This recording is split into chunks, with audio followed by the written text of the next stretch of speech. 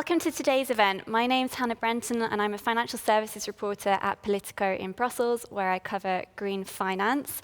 And you are watching POLITICO Live.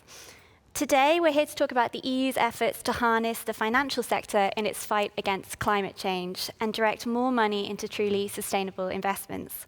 There's a wave of legislation to grapple with, and we'll explore what's already having an impact and what more could be done. But first things first, we have some housekeeping remarks. Thank you to Deutsche Börse for making this event possible. Thank you to viewers joining us online and in the room. Through our 4 online platforms, you can watch this event via our event website, Twitter, Facebook, and last but not least, LinkedIn. While you do, please feel free to get involved too. We'd like to make this event as interactive as possible. You can participate by tweeting about it at @LivePolitico and ask questions via Slido using the hashtag #GreenFinanceEU. You know who we are, so I'll be prioritizing questions which are sent with a name and organization so it's transparent for our viewers and panelists. If you're following us from the event website, Slido is embedded below the live stream window. If you're following us from Facebook, Twitter, and LinkedIn, just use the Slido app on your computer or phone and the hashtag, again, #GreenFinanceEU to ask your questions. You can already share your thoughts and answer the following poll question presented by Deutsche Börse: what can Europe do to turn its regulatory lead into concrete business opportunities? So, without further ado, let me introduce Stefan Leitner, member of the Executive Board of Deutsche Börse and chairman of Clearstream, for some welcoming remarks.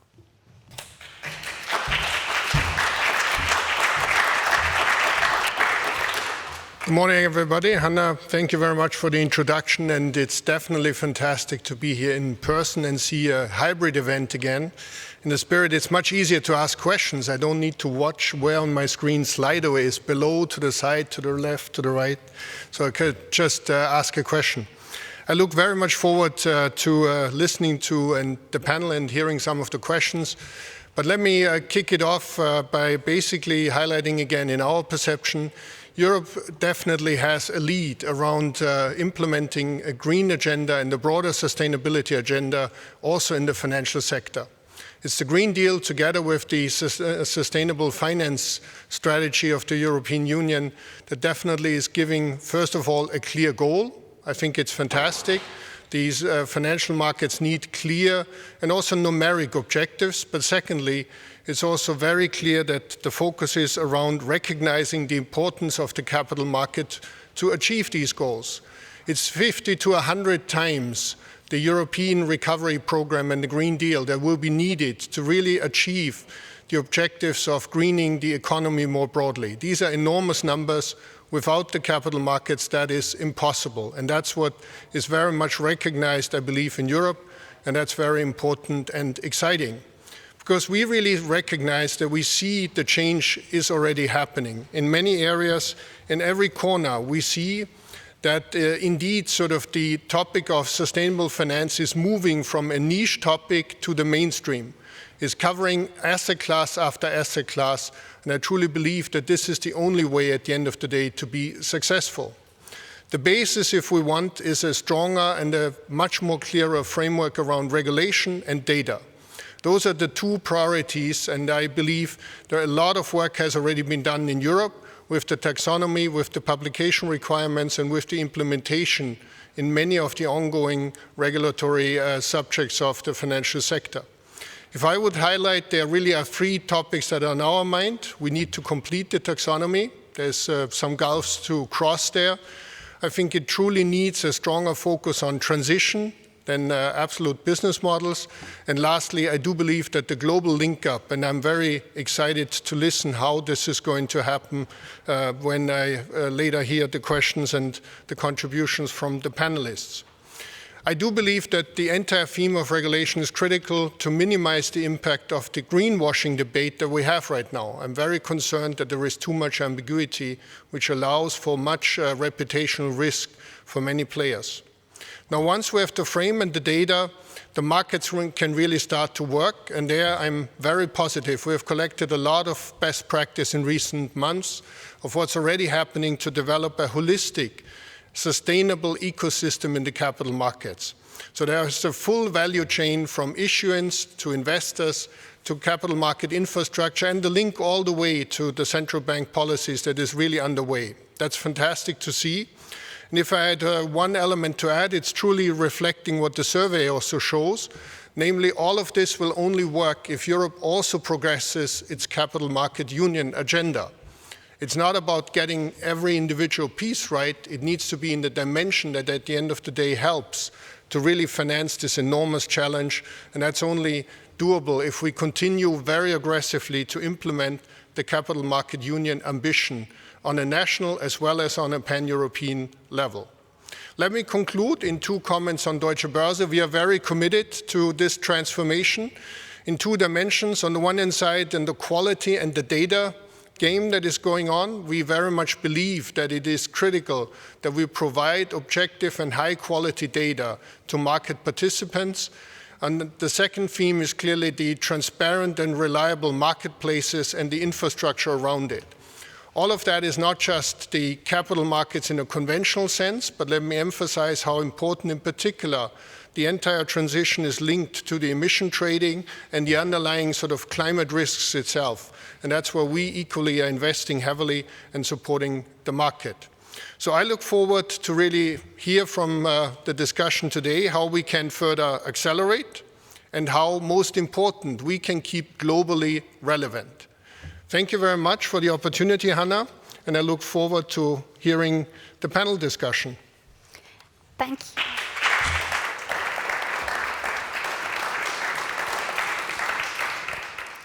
Thank you very much, Stefan. So that just leaves me to introduce my really great panel. So joining us, we have John Berrigan, Director General of DG FISMA, Sylvie Goulard, the Deputy Governor of the Banque de France, Peter Branner, Vice President of the European Fund and Asset Management Association, and in person, Philippe Lambert, MEP for the Greens. So if I could just start maybe with the bigger picture and the goals at stake. So if I could start with you, Sean, maybe to explain what the Commission is hoping to achieve here. Why really start with the financial sector? Okay, well, thank you very much, and thank you for the opportunity to be here today. I mean, I think the reason we're starting with the financial system, and indeed we're only starting with the financial system, as there's a broader discussion around economic policy and public policy in general to be had here. I think it's because as has already been mentioned by Stefan Leitner, I mean, the financial system faces kind of 2 important challenges around green. I mean, the first is, as he has mentioned, the fact that we will rely on the private sector, the private financial system, to allocate a lot of the funding that's required. I mean, the amounts are just so enormous that the public sector simply can't handle it. So we will require private financing, and so it's an important role the financial system will play. The second point, of course, is that the financial system itself faces important risks related to climate, and that I'm sure Sylvie Goulard and others will speak about later in terms of the work that they're doing to help the financial system manage that risk. So we want to, as I said, use the private financial system to accommodate what investors want to achieve in terms of investing in green. So we want to provide them with a framework. And some of this has already been mentioned by Stefan Leitner, but the framework we've put in place is really just 3 parts. Nothing rocket science. We have put in place a taxonomy, which, although complicated, is essentially just a classification system. It defines what is green and what is not. We have then on top of that a set of rules for disclosure. And then on top of that, we have a set of tools and instruments that an investor can use to work its way around the market. And with these 3 building blocks, not yet fully in place, as he's mentioned, we think we can use the financial system to help in achieving what are pretty ambitious Green Deal of objectives of 2050 carbon neutrality. We issued a strategy in the middle of this year, so in July, which was called updated or renewed. I'm not sure what word we used for it. But what we wanted to do there was to sort of, first of all, explain what I've just explained to you, which is that this is not exactly new structure for a market. It's just putting in place what the market needs to function. It does this in other parts as well, but also to highlight that there were certain gaps in what we had put in place, and that was to do with transition, and it was to do with resilience, and also to do with how we were going to, as Stefan mentioned, manage this global link up. But in short, short answer to your question, we are not just focusing only on the financial system. I mean, if we were only focusing on the financial system, this would be, as we say in English, the tail wagging the dog. The financial system and the role of the financial system in terms of sustainable finance is part of a much bigger effort involving public policy more generally to redirect the economy towards more sustainable development models. But of course, the financial system has a key role to play in that, and that's why we are working so hard around sustainable finance. But I wouldn't want to leave you with the impression that we're only working in sustainable finance and that nothing is happening elsewhere in the broader economic policy agenda. Okay, thank you very much. And maybe that's a good opportunity to throw it over to Peter. So, I mean, Sean just said, rely on the financial sector to allocate what's required to some extent. So is the financial sector and the fund industry in particular that you represent ready to kind of play that role? The short answer is yes. I believe that if IFAMA represents around 27 trillion of assets, and the whole industry has been occupied by allocating time to make sure that we are able to classify our funds according to the new regime. And that has happened. So I think that we are fully on board. Of course, as my colleagues here said, we are waiting for some clarifications that will only come next summer, I believe, to be really sure about not doing misrepresentation. And if you look at the system right now, I think we have allocated of the total assets within our IFAMA universe, only around 3.7% to Article 9, so the truly dark green. And then maybe 2/3 of assets are still in the gray in Article 6. So there is room to improve for sure. And I'm sure that as the clarity comes, we will probably see more assets moving between 6 and 8 in particular. And I think IFAMA's role has been to point to where clarifications is needed in true interest of our ultimate clients. And I think that dialogue, of course, will continue. And just to clarify for people who aren't familiar with Article 6 and Article 8, what are you referring to? What regulation? The SFDR regulation? Yeah, I try to avoid the labeling. Because, of course, the industry is now saying Article 9 is sort of the dark green, 8 is the light green, and then 6 is the gray. And that is what we are probably waiting for, is the declaration system, which the SFDR is originally intended to be, is that moving towards a labeling system. And that, of course, is potentially not what will truly benefit ultimate clients. But that is indeed the discussion that is ongoing, whether that labeling will become reality. And then it changes from declaration to labeling. But maybe some of my colleagues also want to comment on that. Great. So Sylvie as well, maybe you could explain a little bit about the role that central bankers might have in this as well. Yeah, thank you, Anna, and thank you for inviting me. Well, many things were said. I wanted to mention, and above all, the fact, as Sean said, that we rely on the private sector, and we also need a strong input from democratically elected bodies, governments, and parliament in order to put the framework in place. But nevertheless, central banks consider they can do a lot. We entered the topic through financial stability. I don't want to go back to the famous Mark Carney speech 2015. Since then, we moved into the greening of our non-monetary portfolio. We organized at the Banque de France last year, some months ago, the first banking supervision stress testing. It was a pilot exercise. We are perfectly aware that many aspects need to be improved, but at least we move into this direction. And in July, the ECB decided the greening of the monetary policy, which is a quantum leap. Of course, I'm not saying that it is enough. I'm not saying that we have reached already a situation in which we can be perfectly satisfied for several reasons. The first one is we need to be humble because the scenarios are very complex. The interaction between climate and, for example, nature and biodiversity are not yet completely taken into account. and et cetera, et cetera. So many people can criticize what we are doing, and it's rightly so in democratic countries. Nevertheless, we hope we can provide several impetus. The first one, there is a signaling effect when central banks enter a new territory. Already with our non-monetary portfolio, we have observed that for the data providers, for so many actors in the ecosystem, in the financial ecosystem, not the natural one, it is the signal that it is serious, that is going to last, that we want new methodologies or metrics to take our decision, and it is even more the case with the monetary policy decision. And I just conclude by saying that we are complementary. Sean mentioned very well the need to have the taxonomy in place, to have disclosure rules, more transparency, creating a level playing field, if possible, at a global level with a strong European building block. The more it is global, the more we share the same language globally, the better it is. And here also the community of central banks can help making things converge, even if by far it's not achieved yet.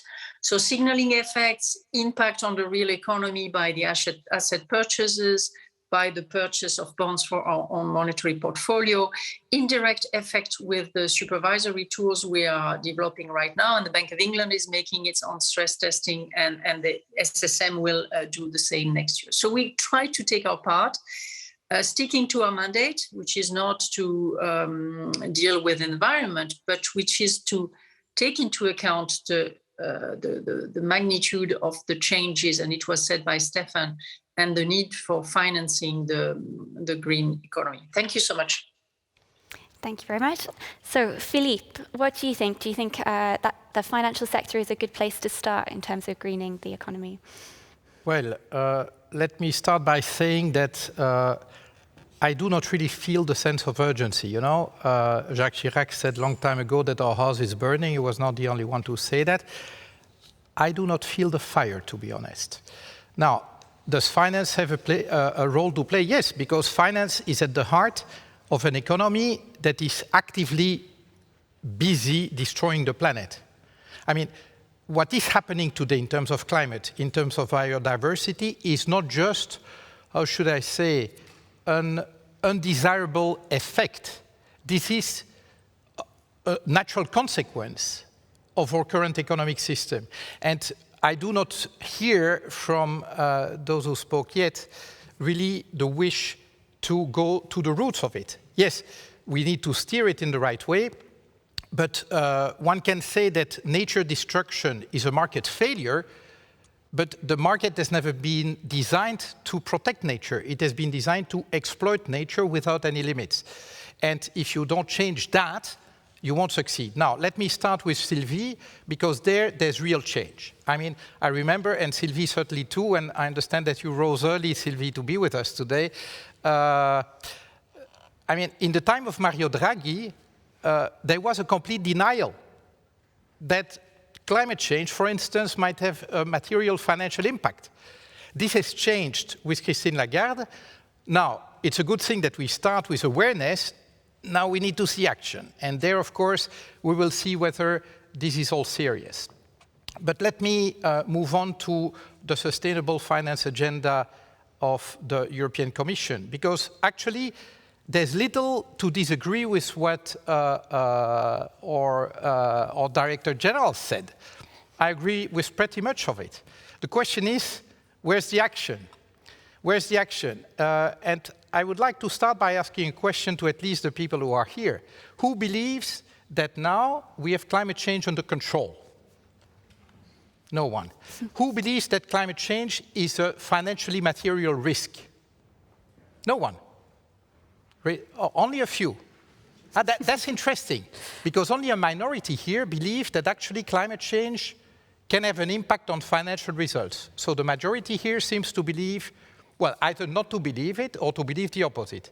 That may explain some things, because, you know, I dealt with financial regulation before, and I can tell you one thing. It's for sure that in prudential regulation, the climate risk and other natural risks, but climate risk, because this is the hottest one at the moment, have not been factored in. And now we have the European Commission saying, actually, we should put in place a green supporting factor. Let me put it in plain words. We should reduce the capital requirements for activities that are supposedly green. But tell me, there's an intellectual jump I really don't understand. I mean, if we had put into the Prudential framework the climate risk, I could understand the logic of saying, yeah, but for those who are no longer impacting climate, we should subtract that from their capital requirements. That is intellectually logical.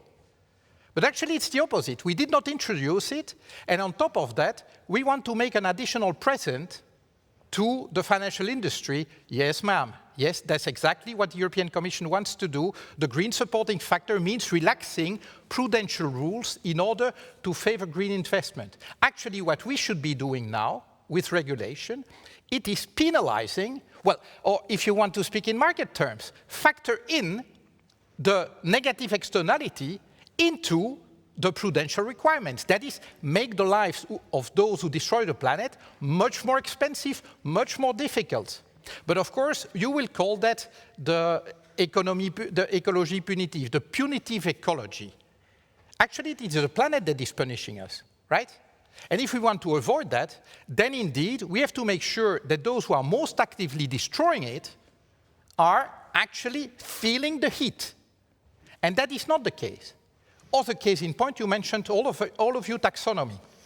Taxonomy is a good initiative because we need an official label of what is a green investment. But I heard the word transition a few times. What does that mean? Give me green gas, give me green nuclear. The introductory speaker said, okay, let's avoid greenwashing. If you want to avoid greenwashing, you don't do that. You don't do that because gas is not green. By the way, CH4, for those who know a bit of chemistry and of physics, CH4, methane, is much more dangerous as a greenhouse gas than CO2 is. So, I mean, how on earth can you even consider including gas into the taxonomy? We may need it for transition, like we need the internal combustion engine for the transition. Yes, are we going to declare that the internal combustion engine is green? No. Nuclear. Nuclear produces little CO2. Yeah, but nuclear produces other stuff. Stuff that will be around in our nature for hundreds of thousands of years, right? Human history is about 12,000 years. And now we are thinking, leaving a legacy on this planet that is highly toxic for multiples of the duration of the entire human history on this planet. You must be kidding, right? Considering that as green, this is totally crazy. And this is why I'm saying, actually, everyone on the surface wants to do good, but once we get into it, actually the appetite to change the DNA of the system is not zero. It's not zero. This is, I'm talking with youth marching for climate. Some of us think that actually we're doing nothing. And that's a plain lie. It is not true. I mean, I remember the times of Jean-Claude Juncker. I see the times of Ursula von der Leyen. There is a sea change, no less than that. Probably not fast enough, probably not enough, but it's already quite difficult. But what I also do see is that those who stand to lose from the transition will fight tooth and nail to avoid it. And a last example, Mr. Berrigan, if I may, when we speak about green bonds, and what will be a green bond? Well, whatever the industry says is a green bond. We want self-regulation. We want industry to define what is a green bond. You must be kidding, right? We had self-regulation. Look at the car industry. They had self-regulation for decades, and then we started, well, mimicking regulation, and now it's getting harder. And now they are screaming. But guess what? They are transitioning, but they only do that under pressure. When we say the internal combustion engine will be dead by 2030 or 2035, then they are scared. They are scared, and instead of distributing bonuses and dividends, then they start investing in the transition, and they tell us, actually, we can do it faster. Well, with finance, should be exactly the same thing. Squeeze them, and you will see them change. But if you don't squeeze them, you'll have more of the same. So, Sean, squeeze them. It's not the only criticism that's been directed at the European Commission's agenda, though. You've had the European Court of Auditors also say similarly that not enough has been done to redirect and that unsustainable activities are still too profitable. So do you want to respond to that? Yes, I mean, I'm a technocrat, so perhaps I speak in technocratic terms, but I wouldn't want anyone to feel that we're not as ambitious as they are in what we're doing here. So what we have put in place is what we think is ambitious, but more importantly is deliverable. And I want to come back on these points that have been made about transition and why we speak of transition. I'm sure others will agree with me that 2050 is in fact a very ambitious target. Carbon neutrality. And although it looks like it's a long way away in climate terms, it's not a long way away at all. So we know that we have this target. We know we have to be ambitious. We know we have to squeeze. But we cannot squeeze to the point where the system cannot tolerate the squeeze. And that, I think, is where we may have disagreements around this table about what is actually the right level of ambition. Not the ultimate point, but the transition towards that ultimate gain. Let me explain then what transition means. In economic terms, it means that if you jump from one equilibrium where we are now to the equilibrium we want to arrive at in 2050, if we try to do that in one go, so if we simply say that anything which we don't define as green today cannot be classified or funded going forward from today, then the chances are we don't arrive at the equilibrium we want, we arrive at another equilibrium, the one necessarily we don't want, we will fail. So I am fully accepting that we need to be ambitious. I'm fully accepting that we need to squeeze, but we cannot squeeze to the point where this thing doesn't work. And if we squeeze the system so hard that the system collapses, then we're not going to arrive at 2050. We're not going to carry the people with us for a start to get there in 2050. Because whatever we put out there to do, it's very important that the system is able to tolerate it and able to deliver it. And this then gets me to the green supporting factor. Now, the green supporting factor is it was a phrase used, borrowed from the SME supporting factor. And of course, the SME supporting factor is an area where we simply said, if you're an SME, we should have, lighter prudential treatment for SME loans than others. We use that phrase, but I think we need to be careful that we're not talking here about giving a free pass to green investments if they're risky. That was never what we had in mind. Yes. What we have in mind is integrating the notion of sustainability into the prudential framework, ensuring that if an investment is sustainable, as opposed to an investment that is not sustainable, that sustainability is reflected in the prudential treatment of the asset relative to the one that is not sustainable. And we have asked the ESAs, so the Banking Authority, the Securities Market Authority, and the Insurance Authority to see ways in which they can integrate that into their prudential framework. Not in a way that gives a free pass to green investments if they're risky, but in a way which recognizes that sustainability has an impact on relative risk factors. And they're doing that now, and we continue to wait for their outcome. But my main point here is to say that this is all very well, and I am myself constantly accused from the other side of putting out there too ambitious an agenda, too much weight on the system, asking too much. I'm sure our other guests will probably tell me that we're asking too much too quickly of the system in terms of its reporting requirements, in terms of its disclosure requirements. So I face criticism from both sides, actually. One side says that I'm not ambitious enough, another side says that I'm too ambitious. The Commission, as usual, is trying to come down in the middle. But what I'm mostly trying to do here is to ensure that, in all this desire to be ambitious, we actually arrive at this ambitious endpoint. And we don't end up, and this people know from economics, we know it from economics, that if you do not transition, if you don't manage this transition, and it's only over 30 years, remember, it's not over 100 years like the Industrial Revolution. This has to be managed in a relatively short period of time. If we over squeeze the financial system and the system can't tolerate it, then we're going to end up in an equilibrium which is not the one we want, and is probably much worse than the one we're in now. Philippe, you wanted to come back really quickly, and then... John, I think we have a different perspective. You say we can't stress the system to the break point. I mean, we are stressing the nature that is called planet Earth to the breaking point. And that's a different perspective. I mean, we can tolerate a financial system that is being squeezed. We cannot tolerate a planet that is being squeezed. So the pressure has to be on the economic system and no longer, or much less so, on the planet. You speak about the green supporting factor. I didn't accuse you of wanting to give a free ride to green investors. But again, it's that perspective. We should reward green investments. No, you should not factor sustainability in. You should factor unsustainability in the regulation and penalize investments, well, so-called investments, I mean rent seekers who are extracting money precisely from the extractive industries and all the rest of it. And there's this reluctance to penalize. Basically, you want to create more profit opportunity rather than say, okay, we are going to close down some parts of the market because they are killing the very environment in which we operate. And that is a total difference of perspective. Again, don't misunderstand me. I do believe that we have to have a transition. I do believe that it's in no one's interest to see the system collapse, but it will collapse if we are not acting fast enough. And again, case in point, the car industry, I told you, up to the day that, phasing out the internal combustion engine was announced, they were screaming that this was too much, impossible, you are going to kill the industry, zillions of jobs lost, and all the rest of it.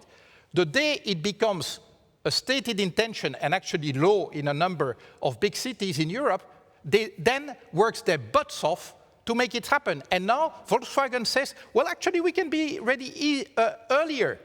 So basically, of course, they will scream to defend their rents up to the last minute. Of course, they come to you complaining that you are too harsh on them. Of course they are. They will say that up until the moment legislators will have decided. And then they will adapt because they want to make profits. Of course they want. So I mean, to me, again, I do not feel the sense of urgency. It's more of the same. And again, you didn't answer to that one, the voluntary standards. I mean, how can you believe that people like BlackRock, etc., can be reliable to define what is green and what not? I mean, they are driven by short-term profit. They will declare green whatever profits them. Of course, it's for legislators to decide what is green or not in financial regulation, in all sorts of regulations. It's not for the industry to decide. Of course, we can listen to them, but we decide, and they don't set the standard. Sorry, we have had enough of that self-regulation that has led us where we are today. Okay. And it's like, okay, well, let's do a bit more of the same, and normally we should be fine. We won't be fine at the pace we are working. Okay, Sylvie, not enough, not quickly enough, no, not enough urgency. What do you say to that? Well, one thing is sure is that the urgency, we are all aware of the urgency, Philippe. You're not the only one. Maybe each of us in our own role, but I can tell you that many people in the central bank world are absolutely aware of that. The problem is that, as Sean said, we have a system, a completely carbonized economy. No one cared about nature and about climate. And no one has been taking care of that for years. So it's not easy to move from it. But I share the sense of urgency, but I wonder if we are not overestimating a little bit what finance can do as such. Once again, my daily life is to struggle to make things change. But for example, nobody mentioned the price of carbon. We are in a market economy.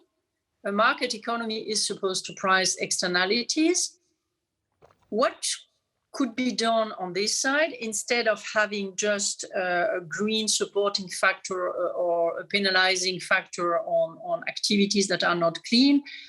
I wonder if we don't underestimate what should be done on other fronts. This is the first thing. I really believe that carbon pricing, this is a personal view, but to have a market neutrality, to be sure that you take the right decision in the central bank, the more the market prices correctly, the better it is.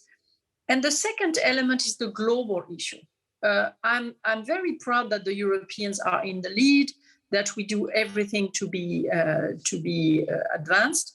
But one of the results we had with our pilot stress testing of the French banks and insurance company, which was a huge exercise, a huge amount of work required by the teams, is that at the end, if you look at the global impact of what we are doing, it is very little compared to what is happening in China or India. It is not a reason not to do it. It's not what I'm saying.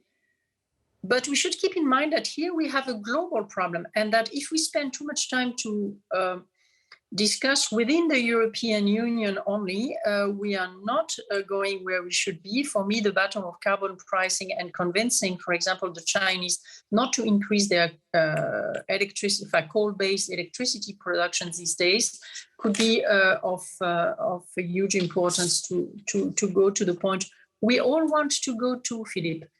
It's not fair to say that people don't want. Simply, we are looking at it from very different perspectives. And these perspectives are also important in terms of democracy. For example, it was important that central banks, that we convinced, and all governors in the governing council and members of the board were convinced in July to go green.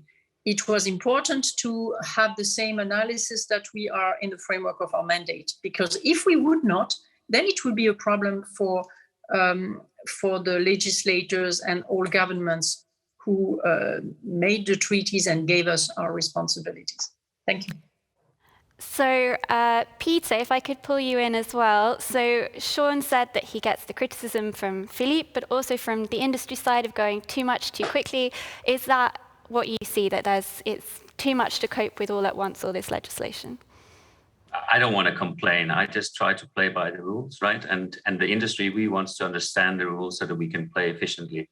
But let me pick up Sylvia's comment about carbon taxation, which I think is evident for the glide path towards 2050. And I truly believe that such a system, in parallel with the good intentions, would drive the industry to what we're after here. And what we're already doing. I mean, most of the people who are now applying to Article 8, they will counter in risk, return, cost, and sustainability, whereas Article 9, the too greenish, will only counter in sustainability. And the few people who have actually applied that framework have gotten many questions from central banks and others about how they're doing this. And this is why the complexity here is that the industry wants to do good. We want to participate in the journey. At the same time, we also anticipate a taxation on carbon to come, which makes sense then from an economic point to start to de-invest from the most dirty industries. So I think I'm really on Sylvia's point here. I think this would be evident for the system to continue. The other point is related to the transition. And here, I think it's also important to understand the complexity in our investment decisions, that when we are investing for a greener planet, some of the investment may not look entirely green today, but hopefully they will participate in the transition tomorrow. And that's part of the engagement that the industry is also applying to the investments that we do. And this complexity, of course, to make that possible, to communicate to both clients and to regulators, is indeed a hard one that we are working on, and where this framework around SFDR hopefully will help us. And then my final point is the link between the SDGs and the SFDR, so that we are sure that we get a good link between the two systems. And that's maybe also where the level 2 legislation coming next summer hopefully will also bring a bit more clarity, so that the industry is able to see the link. But I'll stop there. Thank you. Okay. So Sean, I need a bit more clarity in terms of the regulations from the industry side, but also we're getting quite a lot of questions again about the Prudential rules. So is DG FISMA committed to ensuring that Prudential rules, including capital charges for banks and insurers, reflect the climate-related risks of fossil fuel activities? Asked Caroline Metz at Share Action. But you also have the Basel package for banks coming up in a couple of weeks. Could you kind of clarify what might be in there in terms of the climate? Thanks. Just before I answer that question, I need to go back to answer Philip's question, because I don't like to think I was avoiding it, and it needs a bit of clarification. The standards is voluntary in terms of use. It is not set by the industry. We have set the green bond standard, which is aligned to the taxonomy, which is of course defined by the Commission on the Delegated Act. Of course, you don't have to use it if you don't want to use it.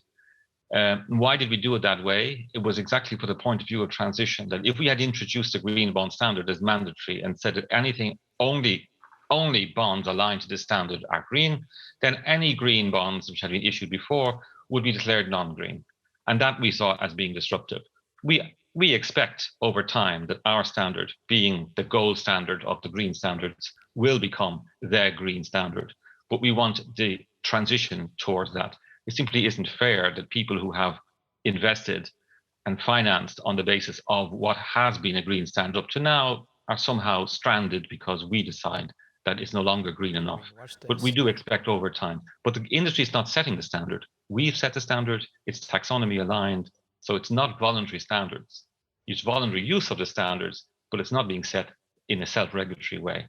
Now, turning to this Prudential issue, yes, we are looking at ways in which we can introduce sustainability into the Prudential framework in an intelligent way, in a way in which the supervisors can play their role, first of all, in using the definitions we're giving them through the taxonomy and through the disclosure rules to ensure, so in a form of enforcement, to enforce those rules, that if somebody says that they're issuing green, that they are actually issuing green. And then second, so that's more in the conduct side. In the Prudential side, we have asked the EBA, and we will ask them again as part of the package, to consider ways in which investments which are sustainable are treated in a way that that sustainability risk is reflected inside the risk calculation. I mean, a stylized example of this, and it's only a stylized example, is perhaps a mortgage, a green mortgage, a mortgage linked to a house which is energy efficient. That energy efficiency has implications for the budget constraint of the person holding that mortgage, therefore their ability to pay should be higher. And that should be reflected in the thinking around the Prudential framework. What we don't want to do, and we've never wanted to do, is to somehow give a free pass to green investments that are risky. I've said that before, and I want to be clear on that. So it's a more intelligent approach than simply giving sort of supporting factors as we may have done in the past in other areas. It's a more, let's say, reflective approach inside the Prudential framework. Do we move immediately to brown? No, we did not. Again, because we want to do this in a way that is ambitious, but is not disruptive to the point that in trying to achieve our ambitions, we actually miss. Because of course, we can all be very ambitious. And indeed, as I said, I'm a technocrat, but you shouldn't believe that I'm not ambitious about what I want to do for the climate. But if we get this wrong, we have one shot. And if we get this wrong, we will set ourselves on an equilibrium path, which will not lead us to the 2050 neutral target, but can lead us off in an entirely different direction where we will be even worse than we are from the starting point now. So it's simply a matter, as Sylvia has said, I think we all share the ambition. We come at it from different perspectives. But my concern is, and has always been, that if we are overly disruptive, if we squeeze the system too much, that more than the system can deliver, then we don't, in fact, maximize our chances of achieving our targets by 2050. Quite the opposite. So just to press you a little bit, what can we expect in the Basel package, though? What will you include in there? I'm not going to speak. I always have to say this. I'm in a very paradoxical situation. The closer I get to the adoption by the college of the package, of any package, the less I can talk about what's in it, because then I'm prejudicing the decision of the college. If it was 2 years ago, I could speculate what might go into it or not. So I'm not going to go into details of what's coming in the package, because as you know, it's up for adoption in the next couple of weeks. So I think I will leave the details to be announced by the college quite soon. Well, the European Central Bank, though, Frank Elderson said there should be binding climate targets in there for banks. You know, is that something that's being considered? I'll leave it for the next couple of weeks. Okay, nicely avoided. If I could just maybe change the setting just a little bit. We're coming up to COP26. If we look at the global picture, Sylvie, you mentioned the global backdrop, but what might you be looking for heading into COP26? You're part of the Central Bank Network for Greening the Financial System. What might be on the cards there? Well, thank you, Hannah, for mentioning the NGFS, because actually it is a place where we do our best to make people converge worldwide. Just for the ones who don't know the network, it was created in December 2017 at the One Planet Summit in Paris with 8 founding members, already global with China, Morocco, Mexico, and some Europeans. And we are now about 100. Including some large players such as the US Fed, the Bank of India, the Russia, etc. For the COP26, we try to have a common pledge, and I believe we will have one. Of course, it's a coalition of willing, with all the limits of having a system in which some people participate more or less, but the ones who are willing are really willing. Under the leadership of Frank Elderson, you mentioned him, Anna, and he is really a fantastic chair of the network. And some countries will also make pledges at the national level. The interesting element of the NGFS is that it is not politicized. We try to remain where we are supposed to be, which is a technical level, but we push very hard for exchanges of knowledge, mutual training. We push for what some of us have already experienced. For example, the stress testing exercise. The first ones were the French, but now we have the UK, we have the Dutch, we are going to have the ECB, and we really believe, maybe for good reasons of emulation, maybe also for some willingness of people not to be left behind, that we can move the average step by step. Maybe it is too slow, but as the central bank world was created to be conservative, to keep the goal, to keep the price stability, to keep things as they are, I really consider that the way we try to promote change is quite an achievement. And of course, we will continue. And I hope that the contribution of the NGFS at the COP26 will be significant. Right now, we have the 100% of the assets worldwide producing CO2 within the remit of the NGFS. It is indirect, but it is important. Thank you. And can I just follow up? Is there anything coming on that side in terms of biodiversity as well as on climate? I think there might be some work underway there. Well, this is an issue which is very, very dear to my heart. So thank you for asking. There is already a work stream within the NGFS working on biodiversity issues. For the ones interested, they published in June a joint paper, occasional paper with the network Inspire.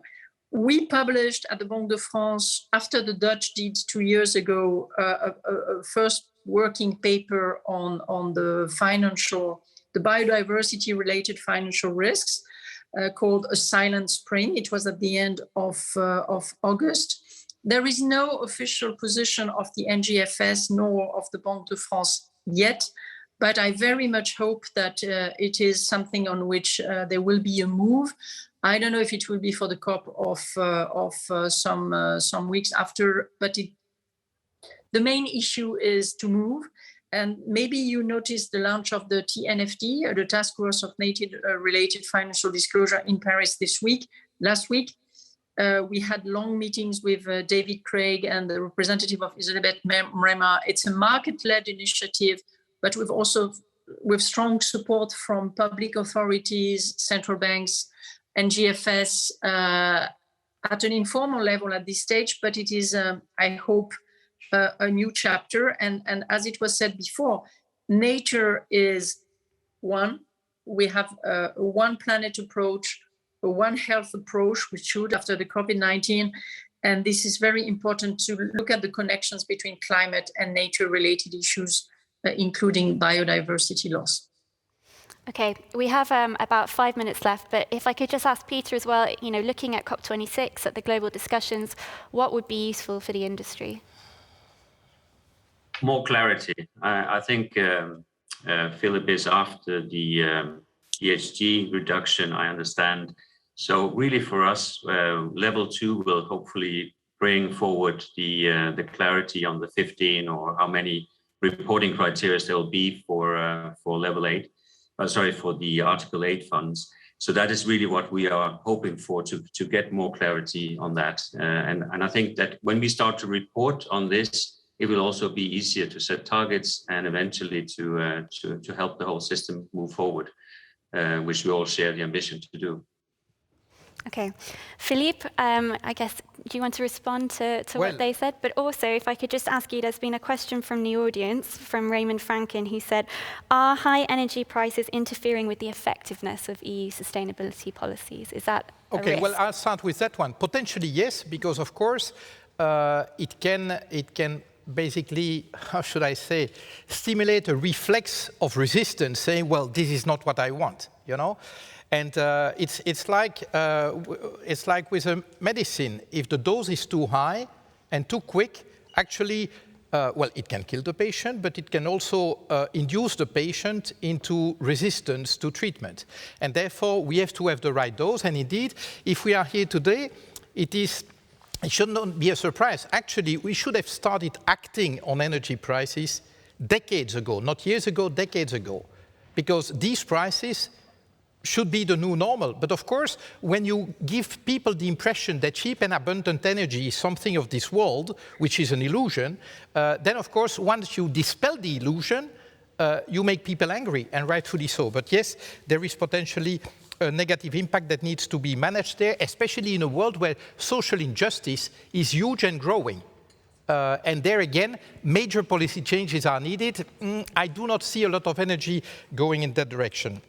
On COP26, I like what Peter said. The industry wants clarity. I can tell you, Peter, if it were left to the Greens alone to decide, you would have a lot of clarity.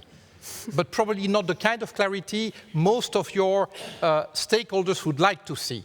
Because industry always asks for clarity, but it's the same industry that asks for a carve-out here, for an exception there, for a special treatment, etc., etc., etc. And this is why we have cheesecake regulations that are totally unclear, but exploited to the full by your stakeholders. I'd like maybe to finish by a comparison. You know, once upon a time, there was no speed limit on the Belgian motorways. No speed limit at all. My father used to drive in those times. What a joy it was. And over time, speed limits were implemented, mostly for safety reasons, because speed was killing, right? Climate change is killing as well, by the way. Speed was killing. If we would have gone about the thing, speed limit, the way John Berrigan wants to go in terms of finance, we would say, okay, we are going to set the standards. And there is, right, 120 kilometers per hour. That is fixed by law. And then we would say, we are going to reward those who drive respecting the speed limits. And we hope that those who do not feel like respecting the speed limits will over time get convinced that actually it's a good thing to respect the speed limits. So we are going to give an incentive to the good players, and for the bad players, well, we hope that they will come to their senses someday. I leave you to guess what kind of corrida we would have on the Belgian roads today, of course, if they were not congested as they are. But that's another story. So, I mean, what is this? Do you really believe that by incentivizing right behaviors, but not penalizing bad behaviors, and that's what he says, we are going to break the system? I mean, give me a break. I mean, 2008, 2009, complete breakup of the financial system. Was it caused by squeezing them too much? No, it was caused by letting them do exactly what they wanted. And then the taxpayer foots the bill. The problem here, John, is that those who are going to foot the bill are not just the future generations, already the generations I see many young adults here, they will foot the bill. Maybe I'll be dead before it gets too ugly. And let me finish by one remark. Peter, you used a word that says it all. The glide path towards 2050. A glide path is a smooth approach that a glider has to land, right? We won't have that. We won't have that. We could have had that if, starting in 1972 with the Club of Rome report, we would have started acting. But it's too late for that. It is going to be bumpy. And it is a flat denial of reality to think that we are going to have a glide path towards 2050. It's going to be rough, I tell you. And let's manage the roughness rather than pretending we can avoid it. So, unfortunately, we are out of time. But if anyone wants to very quickly respond to that. Maybe I'll just come in and say that I always love simple analogies. If only the financial system was, I'm not intelligent. If only the financial system was as simple as a road where we put a speed limit. But also, I should say that Brussels has recently lowered its speed limits progressively from 120 on motorways to 100. It will go to 90. It's now 30 all over Brussels. Yeah, but I think if the government had introduced a 30-kilometer speed limit in one go, do you think it would have been accepted democratically? No, but we have penalized. I'm sorry. So we just have to be penalized clear those here. who infringe the limits from day one. Yes, but not at 30 kilometers an hour. Yeah, come on. Wow. So I mean, I think that you can tell this is a fiery debate. So thank you very much to everyone, everyone for their perspective. But I mean, it seems like shared ambition, but not very shared sense of how fast or how fierce to go. But so thank you very much. I'll just leave you with the poll, which was, what can Europe do to turn its regulatory lead into concrete business opportunities? And for the most part, people think that involves finalizing the EU Capital Markets Union. But thank you very much to all my speakers. Thank you so much for the audience, both online and in person, for listening in. I think it was a very interesting and forthright discussion. Thank you to our partner, Deutsche Börse, for making this event possible. Please do send us any feedback to live@politico.eu.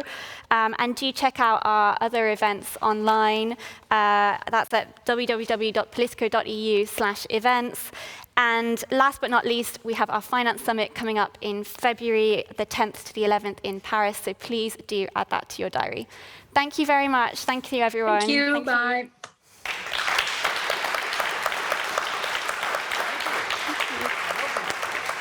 Thank you.